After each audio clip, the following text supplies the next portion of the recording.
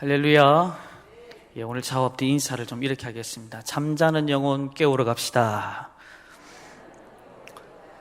아니, 저 보지 말고요. 옆 사람 보고. 예.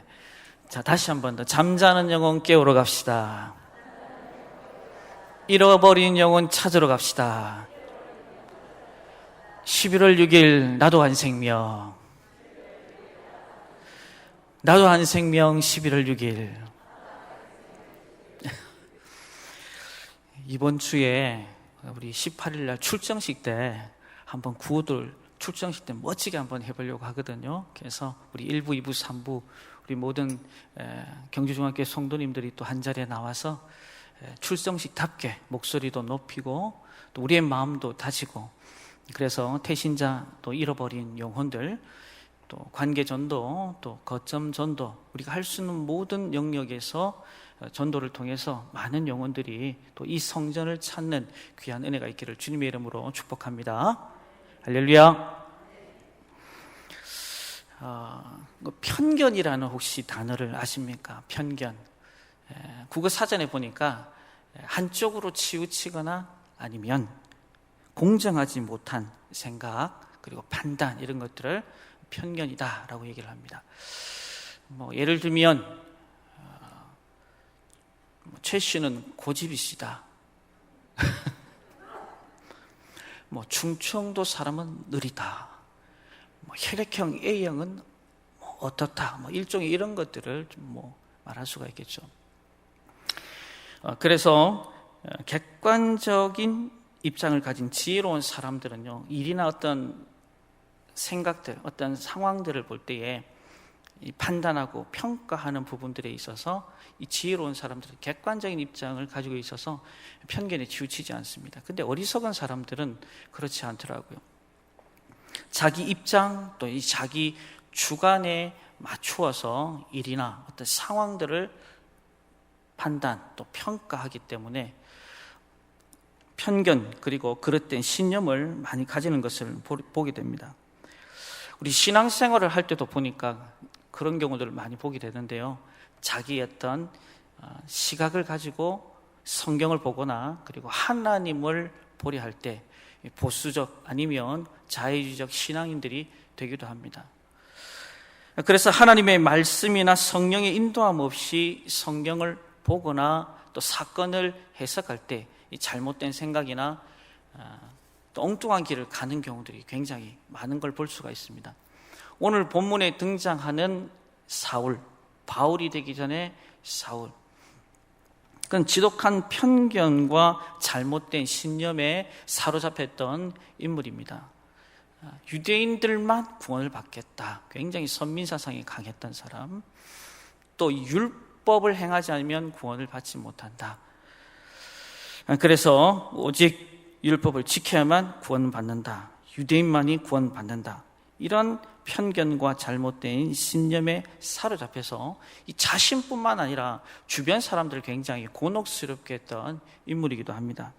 그런데 어느 날 많은 사람들이 예수님께서, 나사렛에서 나신 이 예수님께서 메시아다라는 얘기들이 막 들려오기 시작합니다. 그리고 그를 믿어야만 구원을 받는다고 주장을 하는 겁니다. 사울의 입장에서는 이게 용납이 될 수가 없던 부분이었습니다. 그 자체가 하나님에 대한 모독이었다. 그래서 결국 그 사람들을 모두 몰살, 잡아서 죽이는 것이 하나님의 영광을 가리우지 않는 것이다 라고 생각을 했습니다.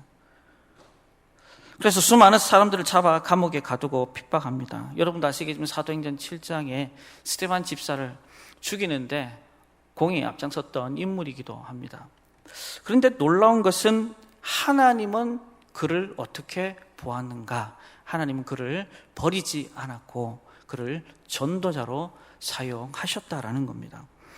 오늘 본문 9장 3절부터 4절 말씀인데요, 우리 함께 읽도록 하겠습니다. 시작. 사울이 길을 가다가 다메섹에 가까이 이르더니 호련히 하늘로부터 빛이 그를 둘러 비추는지라. 땅에 엎드러져 들으매 소리가 있어 이르시되 사울아 사울아 내가 어찌하여 나를 박해하느냐 하시거늘. 아멘. 주님께서 빛으로 그에게 임하십니다. 강한 빛으로 임하십니다. 엎드려진 그리고 하늘로부터 울리는 소리를 듣습니다. 사울아 사울아, 2번 사울의 이름을 부릅니다. 네가 어찌해서 나를 핍박하느냐. 주여 누구십니까? 네가 핍박하는 예수다라고 주님과 그 가운데서 주거니 받거니 대화를 합니다.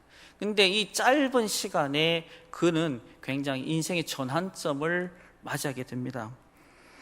자기가 믿고 신봉했던 사상과 신념이요 사그리 뭉그러지는 시간이었습니다. 무엇보다도 새로운 시각으로 주님을 바라보는 시간이었습니다. 이제까지는 자기가 제일 똑똑한 줄 알았어요. 제일 잘 나가는 사람인 줄 알았습니다. 그리고 하나님을 가장 기쁘게 했던 인물이라고 본인 스스로 착각하며 살았습니다. 근데 이 모든 것들이 잘못된 것이고 헛것이었다. 이 찰나의 주님과의 만남과 대화 속에 그는 깨닫게 됩니다. 그리고 그는 예수님을 만나고 전혀 다른 사람이 되죠. 여러분도 잘 알겠지만 그의 고백을 보면 우리가 잘 알 수 있습니다. 디모데전서 1장 15절에 보니까 내가 죄인 중에 괴수다라고 그가 주님을 만나고 나한테 신앙 고백을 합니다. 빌립보서 3장 8절에도 보니까 그리스도를 아는 것이 가장 고상한 것이다. 이 모든 것들을 배설물로 여긴다라고 얘기를 합니다. 사랑하는 성도 여러분, 이 바울의 이 위대한 변화 어떻게 이루어진 것일까? 여기서 우리는요, 우리 하나님은 우리와 다른 분인 것을 알 수 있다라는 거죠. 우리 인간의 입장에서는 사람을 보며 평가를 합니다. 외모를 바라보면서 가지고 있는 것들을 바라보면서 평가를 하죠. 그러나 하나님께서는 여전히 변함없이 우리의 중심을 보신다. 특별히 사람을 구원하는 부분에 있어서도 그 부분에 있어서도 우리 인간의 생각과 방법과는 다른 구원의 손길들이 있더라 이 말입니다. 오늘 본문에서 저와 여러분에게 허락해 주시는 이 영적인 메시지를 붙들고 또 오늘 이 시대를 살아가는 또 전도하는 저와 여러분의 입장에서 어떤 도전이 있어야 할지 깨닫는 은혜의 시간이 되기를 주님의 이름으로 축원합니다. 첫 번째는 하나님은 지독한 편견에 매여 있는 사람도 구원하신다. 한번 따라합시다. 하나님은 지독한 편견에 있는 사람도 구원하기를 원하신다. 믿으시면 아멘. 오늘 본문에 등장한 사울은 예수 믿기 전에 인간적인 면에서 보면 정말 부족함이 없던 사람이었습니다. 여러분도 잘 아시겠죠? 종교적으로는 바리새인이었어요. 학문적으로는요, 가말리엘, 샴마이, 힐렐 학파 중에서도 그래도 가말리엘의 학파에서 탁월한 인재였습니다. 신분적으로도 봐도 그는 로마인이었고 히브리인 중에 히브리인, 그리고 베냐민 지파의 아주 정통적인 유대인이었다라는 거죠. 한마디로 부족함이 없었던 인간적인 면에서의 사울을 볼 수가 있습니다. 그런데 반면에 하나님 앞에서는 어땠나? 그렇지 못했다라는 거죠. 오히려 하나님의 믿는 사람들을 대적을 하고 교회를 핍박을 하고 오히려 그 사람들을 죽이려는 정말 무서운 악인이었다. 그런. 도대체 왜 그가 그럴 수밖에 없었는가?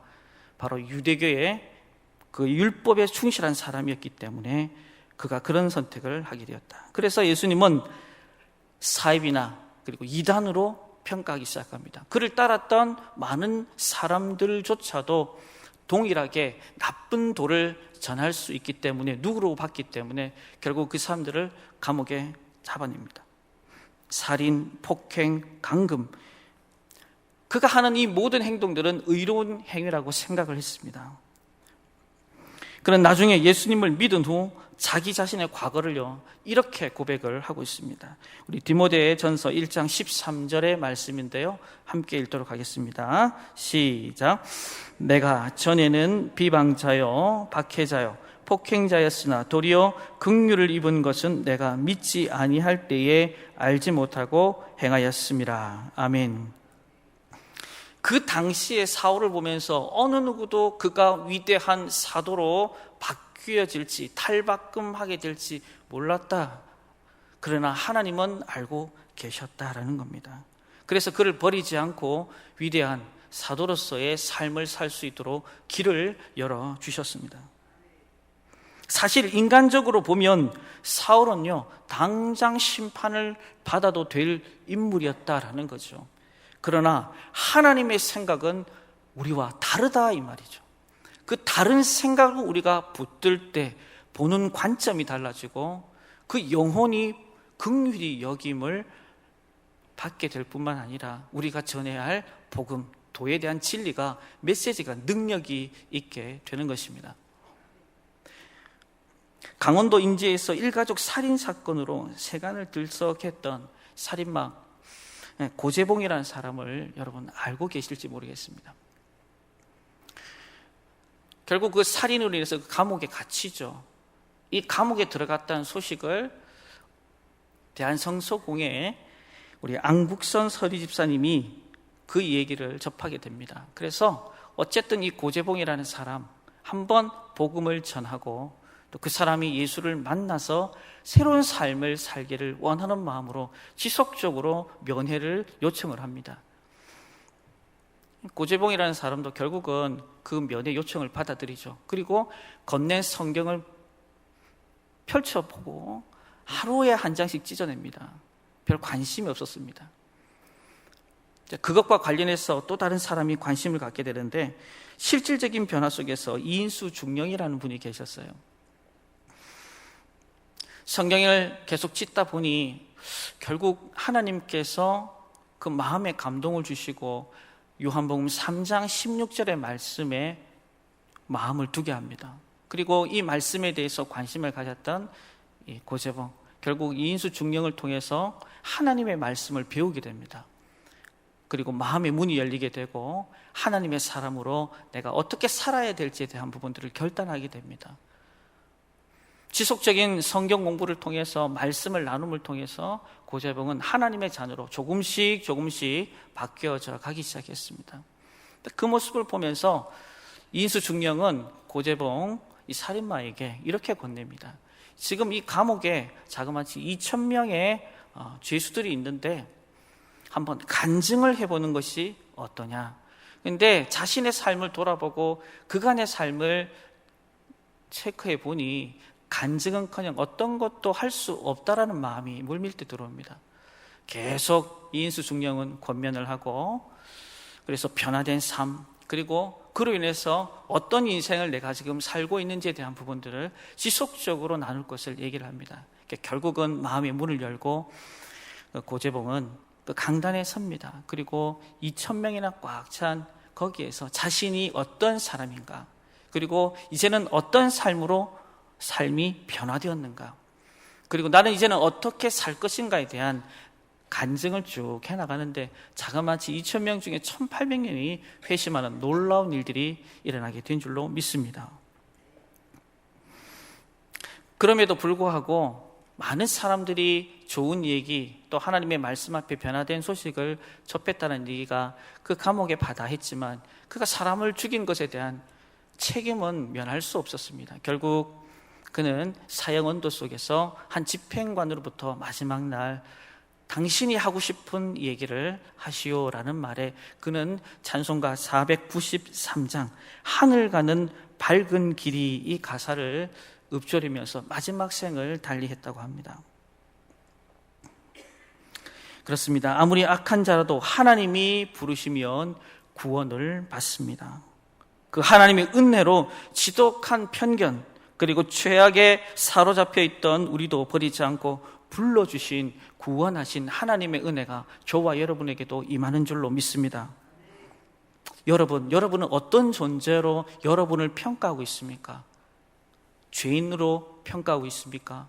부족하고 모자란 사람으로 여러분이 평가절하하고 있습니까? 맞습니다. 우리는 죄인이 맞습니다. 그러나 예수님을 영접하고 하나님의 자녀가 된 줄로 믿습니다. 하나님의 자녀가 되었다는 것은 이제 하나님께서 저와 여러분의 남은 생에 동행하시고 함께 하시고 은혜 주시고 복 주시고 그 길들을 열어주신다는 사실을 믿으시기를 주님의 이름으로 축원합니다.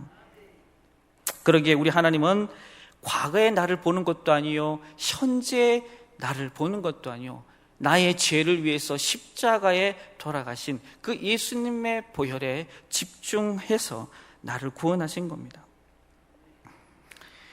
하나님의 그 구원의 손길이 사울에게 미친 것 같이 오늘 저와 여러분의 인생과 삶의 여정에도 허락된 것을 잊지 마시기를 주님의 이름으로 축원합니다.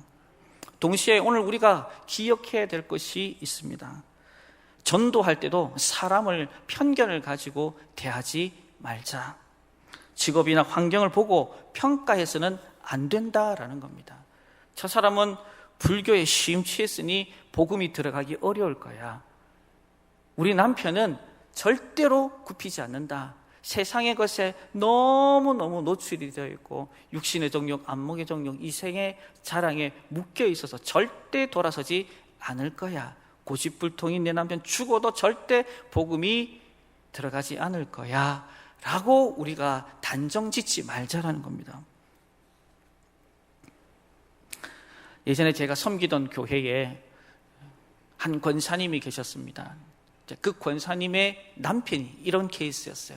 대기업 간부였습니다. 그러니까 솔직히 간부의 월급이 적지 않았죠. 육신의 정욕, 안목의 정욕, 이생의 자랑 마음껏 누리며 살던 사람이 뭐가 아쉬워서 예수 믿고 구원 받겠습니까? 그냥 현실, 이 현재 여기에 만족하며 사는 그 남편이었어요. 그리고 그의 시어머니는 40년 동안 정말 절실하게 불교 신자로 살았던 분이셨습니다. 근데 그 권사님은 항상 기도의 제목이 저한테 신방 가면 목사님, 분명 내 남편도 우리 시어머니도 다 예수 믿고 구원받게 될 줄로 믿습니다. 다른 사람들의 편견 속에서 확신을 가지고 있었던 것은 하나님에 대한 믿음이었다라는 거예요. 사울도 바울로 바꿀 수 있는 분이라면 목사님, 내 남편 못 바꾸시겠어요? 우리 시어머니 바꾸지 못하겠습니까? 복음의 길로 들어가게 하실 겁니다. 그러면서 남편 구원한 얘기를 저에게 해주셨어요. 목사님, 저는 먼저 제 남편이 이러함으로 인해서 세상의 것에 매여 있었던 남편이에요. 그래서 교회에 올 수 없는 상황인 걸 알고 있었지만 먼저 제 남편의 신발, 뭐요? 신발을 가지고 항상 새벽 기도에 자기 옆자리에 딱 두시고,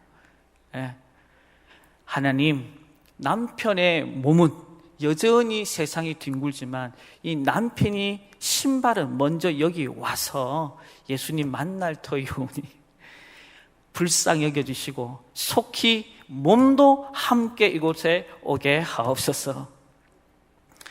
여러분 어떻게 됐을까요? 뭐 안 왔으면 제가 얘기를 안 했겠죠. 3년 딱 되더니 그래서 권사님께서 딱 소원이 있는데 이번 초청잔치, 예수 초청잔치에 꼭 좀 한 번만 가자. 하도 3년 동안 내내 줄기차게 얘기를 하니까 결국은 아내의 소원을 들어주기로 했습니다. 그래서 3부 예배 이 앞자리에 앉았어요. 권사님 앉으시고 그분 앉으셨어요. 근데요, 참 놀라워요. 하나님은요, 고재봉도 바꾸시죠. 남편 마음 못 바꾸실까요? 권사님이 3년 내내 한결같이 신발 들고, 여러분 꼭 신발 들고 안 믿는 우리 남편 신발 들고 오셔서 기도하시면 하나님이 응답하실 줄로 믿습니다. 옷 안 되면 신발이 안 되면 양복이라도 들고 오세요. 양복이라도. 지극정성이잖아요. 결국은 그 신발의 주인이요, 3부 예배 때 앞자리에 앉아 눈물을 흘리는데 권사님은 은혜의 눈물, 남편은 회개의 눈물, 이게 콧물과 눈물이 뒤섞여 가지고 나중에는요 새가족 모임 때 난리가 난 거예요. 저는 그동안에 제가 잘나서 내가 이렇게 돈을 벌고 나의 삶을 영위하는 줄 알았는데 목사님의 말씀을 담임 목사님의 말씀을 쭉 들어가면서 그게 아니구나. 내 인생이 하나님이 이미 예비해 두셨구나. 그리고 미리 내 부인이 신발을 들고 이미 기도를 작정한 것이 하나님께서 때가 참에 할렐루야 다메섹 도상에 사울이 왔으니 하나님이 때가 참에 남편도 그 걸음을 이 성전으로 인도하셨다. 결국은 그분이 지금은 뭐 하고 있을까요? 뭐 하고 있을까요? 믿음이 정말 없으시네. 뭐 하고 있을까요? 교회 일요? 성도에서 집사가 됐습니다. 할렐루야. 안 믿어지네. 집사에서 봉사 섬기는데 새가족부에서 섬기게 되었습니다. 할렐루야. 하나님은 이렇게 남은 안 된다라고 말을 해도 하나님을 절대적으로 믿고 하나님이 하실 것에 대한 믿음을 가지니 하나님의 놀라운 역사들이 일어났습니다. 아까 그 시어머니 있었다 했죠. 어떻게 됐을까요? 이 권사님이 친구분들을 계속적으로 접촉시켜주고 경로대학도 데리고 오고, 그리고 부산에 있을 때는 전도 집회 하기 전에 가을 음악회 이런 게 있었어요. 거기에 시어머니를 모시고 오셨어요. 그러면서 친구도 사귀고 세상의 문화가 아닌 그리스도 안에서의 문화를 보여주고 함께 교감을 하기 시작했어요. 그 시어머니도 어떻게 이 전도잔치에 같이 오셨어요. 그 다음에 할렐루야. 그래서 그 이후로는 새벽 기도도 같이 열심히 나오시고 지금은 하늘나라 가 계신데, 그 가정을 하나님께서 이렇게 송두리째 다 변화시켜 주셨습니다. 혹시 우리 116 VIP 초청잔치를 앞두고 내 남편, 내 부인, 가족, 친지, 이웃, 여러분이 전도에 대해 대상들에 대해서 어떤 편견들을 가지고 있습니까? 하나님은 하십니다. 그 믿음 가지고 어떤 형태로든지 기도보다 성령보다 앞서지 않으면 반드시 그것에 합당한 열매를 하나님께서 허락해 주실 줄로 믿습니다. 디모데전서 2장 4절에 보니까 하나님은 모든 사람이 구원을 받으며 진리를 아는 데 이르기를 원하느니라. 사울같이 악한 사람도, 많이 배웠던 사람도 하나님이 붙드시면 못 고칠 사람 없고 구원받지 못할 사람 없으니 오늘 저와 여러분들이 그런 편견 버리고 하나님의 입장과 자세를 취하여서 많은 사람들을 옳은 길로 인도하여 하늘의 별과 같이 빛나는 귀한 은혜가 있기를 주님의 이름으로 축원합니다. 두 번째, 하나님과 우리는 어떻게 좀 다를까요? 하나님은요, 사람을 통해서 완벽하게 구원을 이루어 가신다. 한번 따라합시다. 하나님은 사람을 통해 완벽하게 구원을 이루어내십니다. 오늘 본문 6절 말씀인데요, 함께 읽겠습니다. 시작. 너는 일어나 시내로 들어가라. 내가 행할 것을 내게 이를 자가 있느니라 하시니. 아멘. 사울이 바울이 되기 위한 하나님의 계획하심은 다메섹 도상이었어요. 거기서 부활하신 주님이 사울을 만나 주십니다. 강한 빛 가운데 눈이 멀고 다른 사람이 손에 이끌려 시내로 들어가서 식음을 전폐합니다. 그런데 그 도시에 하나님을 경외하는 이가 있으니 그것이 바로 아나니아였다라는 사실입니다. 그는요, 사울이 누군지 알았어요. 너무 소문이 잦아있기 때문에. 살인, 폭행, 강금, 할 수 있는 모든 것들을 하는 사람이었다. 그러나 그는 두려워하지 않았어요. 오히려 죽으면 죽으리라. 거기를 지키고 있었던 아나니아. 한마디로 그는 준비된 사람이었습니다. 하나님은 그에게 나타나서 명령을 하십니다. 우리 사도행전 9장 10절부터 12절 말씀인데요, 우리 함께 읽도록 하겠습니다. 시작. 그때에 다메섹에 아나니아라는 제자가 있더니 주께서 환상 중에 불러 이르시되 아나니아야 하시거늘 대답하되 주여 내가 여기 있나이다 하니 주께서 이르시되 일어나 집가라 하는 거리로 가서 유다의 집에서 다소 사람 사울이라는 사람을 찾으라. 그가 기도하는 중이라. 그가 아나니아라는 사람이 들어와서 자기에게 안수하여 다시 보게 하는 것을 보았느니라 하시거늘. 아멘. 결국 사울은 아나니아가 전한 복음으로 인하여서 자신이 깨닫게 됩니다. 예수님을 나의 구주로 영접하게 됩니다. 그는 하나님이 준비해 둔 사람이었다. 여러분, 이렇게 성경에 보면 하나님이 준비해 둔 사람들이 많이 등장을 합니다. 여러분 잘 아는 사도행전 8장의 에디오피아 내시, 누구를 준비해서 그가 읽었던 본문을 그리고 이해하고 세례를 받고 하나님 앞에 서게 됩니까? 바로 빌립이었습니다. 여러분 사도행전 9장에 8년 동안 중풍병자에 있던 애니아를 고칩니다. 근데 여기에 중점이 있는 것이 아니라 룻다와 사론에 있는 사람들이 다 주를 믿더라. 9장에 죽은 자 답이다. 물론 여기에 은혜가 있습니다. 그러나 그 뒤에 15절에 보니까 욥바의 사람들을 구원케 하였다.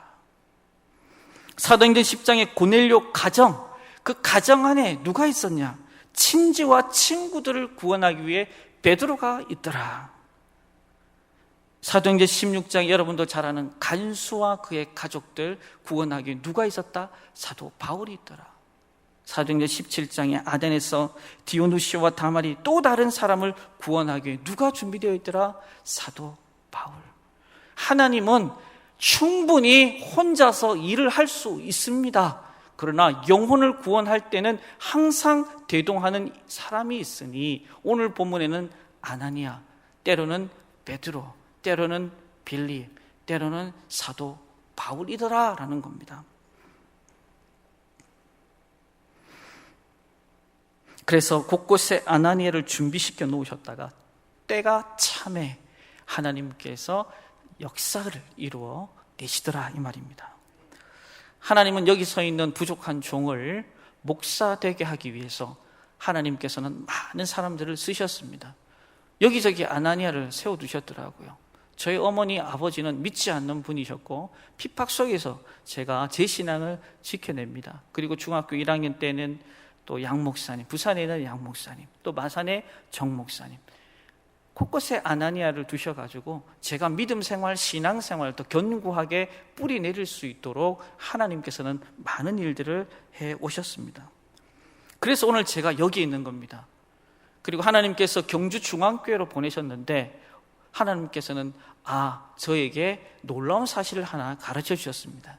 저희 교구 201목장에 보면 김하식 성도님, 윤현희 권사님이 계십니다. 제가 이 교회에 왔을 때 신방을 하게 됐어요. 그 신방하는 중에 두 분 다 몸이 좀 연약하시니까 기도해드리고 말씀 나누고, 근데 따님이 계셨어요. 근데 그 따님은 많은 것들은 들어서 알아요. 그러나 실질적으로 예수님을 인격적으로 만나지 못했다는 것을 파악했습니다. 제가 하나님 기도의 제목으로 삼겠습니다. 그리고 꾸준하게 새벽마다 같이 기도를 했어요. 근데 여러분도 아시겠지만 아직 코로나 팬데믹 상황이 다 마무리가 안 됐죠. 이 와중에 김하식 성도님께서 코로나에 걸리셨어요. 그래 이 소식을 전화 신방 중에 알게 됐어요. 근데 동대병원에서 의사 선생님이 하시는 말씀이 그 딸에게 이렇게 했답니다. 장례식 준비하세요. 따님이 기가 막힌 거예요. 코로나 걸린 것도 가슴 아픈 일인데 의사 선생님으로부터 장례식 준비하세요 이 얘기를 들었다는 거예요. 그 얘기를 같이 전화상에서 이야기를 쭉 나누고 마음이 아프니 저도 간절히 기도해주고 하나님께서 하실 일들이 분명히 있습니다. 분명히 하나님께서 이 일들을 통해서 우리 따님과 또 이 가정에 하나님께서 보여주실 것이 반드시 있습니다. 믿으세요. 믿으세요. 믿으세요. 믿기 싫습니까? 믿으세요 하는데 그분이요 아멘이 나와요. 그리고 계속해서 기도하면서 하나님께서 긍휼한 마음들을 제게 계속 주셨어요. 분명히 하나님이 하실 일이 있구나. 시간이 지났어요. 전화를 했는데 목소리가 밝아졌어요. 무슨 일이 일어날 걸까요? 가르쳐 드릴까요? 목사님, 아버지께서 호전이 되어 가고 계세요. 몸이 나아지고 있어요. 좀 시간이 지나서 다시 연락을 드렸더니 더 격양된 목소리, 목사님, 아버지께서 일반병동으로 가셨어요. 할렐루야. 일반병동에서 한 걸음 더 나가서 지금은 뭐 하고 계실까요? 집에 와 계십니다. 할렐루야. 그걸 따님이 봤어요.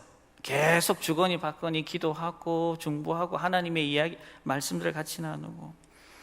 얼마 전에 명절이 돼서 윤 권사님도 뵙고 또 김하식 성도님도 뵈러 갔어요. 갔더니 김하식 성도님이 안 계세요. 보니까 여기 밖에 마실 나갔다는 거예요. 몸이 많이 회복됐다는 소리. 할렐루야. 제가 여기 오늘 나오기 전에 전화 한번 드렸더니 목사님 아무래도 다음 주는 한번 나가봐야겠어요 그러더라고요. 따님이